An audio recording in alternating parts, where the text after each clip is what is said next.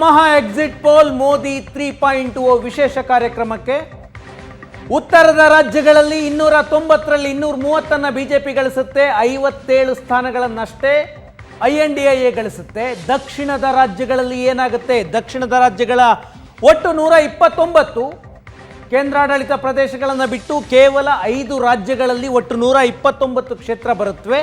ಅದರಲ್ಲಿ NDA BJP plus 58 ಸ್ಥಾನಗಳನ್ನು ಗಳಿಸುತ್ತೆ, INDIA 63 ಸ್ಥಾನಗಳನ್ನು ಗಳಿಸುತ್ತೆ.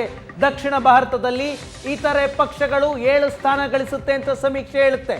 ಕರ್ನಾಟಕ 28ರಲ್ಲಿ 23 NDA, INDIA ಅಂದರೆ ಕಾಂಗ್ರೆಸ್ 5 ಸ್ಥಾನ. ತಮಿಳುನಾಡಿನಲ್ಲಿ NDA ಮೈತ್ರಿಕೂಟ 4 ಸ್ಥಾನ ಗಳಿಸುತ್ತೆ ಅಂತ ಹೇಳ್ತಿದೆ ಸಮೀಕ್ಷೆ.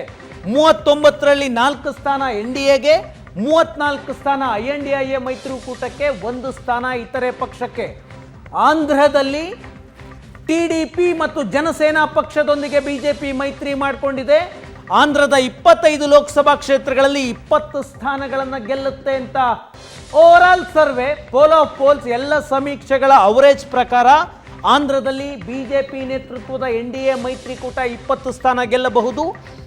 INDIA ಅಂದರೆ ಕಾಂಗ್ರೆಸ್ 0 ಸ್ಥಾನ, ಇತರೆ 5 ಸ್ಥಾನ ಅಂದರೆ YSRC ಕಾಂಗ್ರೆಸ್. ತೆಲಂಗಾಣ 17 ಕ್ಷೇತ್ರಗಳಲ್ಲಿ ಬಿಜೆಪಿ 9 ಗೆಲ್ಲುತ್ತೆ ಅಂತ. ಬಿಜೆಪಿಗಲ್ಲಿ ಮೈತ್ರಿ ಪಕ್ಷ ಇಲ್ಲ, ಕಳೆದ ಬಾರಿ 5 ಗೆದ್ದಿದ್ರು, ಈ ಬಾರಿ 4 ಸ್ಥಾನ ಹೆಚ್ಚಾಗುತ್ತೆ. ಇತ್ತೀಚೆಗಷ್ಟೇ ಅಲ್ಲಿ ಕಾಂಗ್ರೆಸ್ ಸರ್ಕಾರ ಬಂದಿದೆ. ಕಾಂಗ್ರೆಸ್ ಅಲ್ಲಿ 6 ಸ್ಥಾನ ಅಷ್ಟೇ ಗಳಿಸುತ್ತೆ, ಇತರೆ 1, ಅದು AIMIM, BRS 1 ಸ್ಥಾನವನ್ನು ಗಳಿಸೋದಿಲ್ಲ ಅಂತ ಹಲವು ಸಮೀಕ್ಷೆಗಳು ಹೇಳ್ತಾ ಇದ್ದಾವೆ. ಕೇರಳ 20 ಲೋಕಸಭಾ ಕ್ಷೇತ್ರಗಳಿದ್ದಾವೆ, 2 ಸ್ಥಾನವನ್ನು NDA ಗೆಲ್ಲಬಹುದು ಅಂತ. ಅಂದರೆ ಬಿಜೆಪಿ ಮೊದಲ ಬಾರಿಗೆ ಕೇರಳದಲ್ಲಿ ಖಾತೆ ತೆರೆಯುವಂತಹ ಅವಕಾಶ ಈ ಬಾರಿ ಇದೆ ಅಂತ ಎಕ್ಸಿಟ್ ಪೋಲ್ ಹೇಳ್ತಾ ಇದೆ. INDIA 18 ಸ್ಥಾನ, ಒಟ್ಟಾರೆ 129ರಲ್ಲಿ 58 NDAಗೆ, 63 INDIA ಮೈತ್ರಿಕೂಟಕ್ಕೆ, 7 ಇತರೆ ಪಕ್ಷಗಳಿಗೆ. ಬಿಜೆಪಿ ತನ್ನ ಗ್ಯಾಪ್ ಅನ್ನ ಕಾಂಗ್ರೆಸ್ನ ಜೊತೆಗೆ ವಿಸ್ತರಣೆ ಮಾಡಿಕೊಳ್ತಾ ಇದೆ. ಇದಿಷ್ಟು ಎಕ್ಸಿಟ್ ಪೋಲ್ನ ವಿಶೇಷ ಕಾರ್ಯಕ್ರಮ. ಈಗ ಒಂದು ಬ್ರೇಕ್ನ ನಂತರ ಸುದ್ದಿ ಮುಂದುವರಿಯುತ್ತೆ.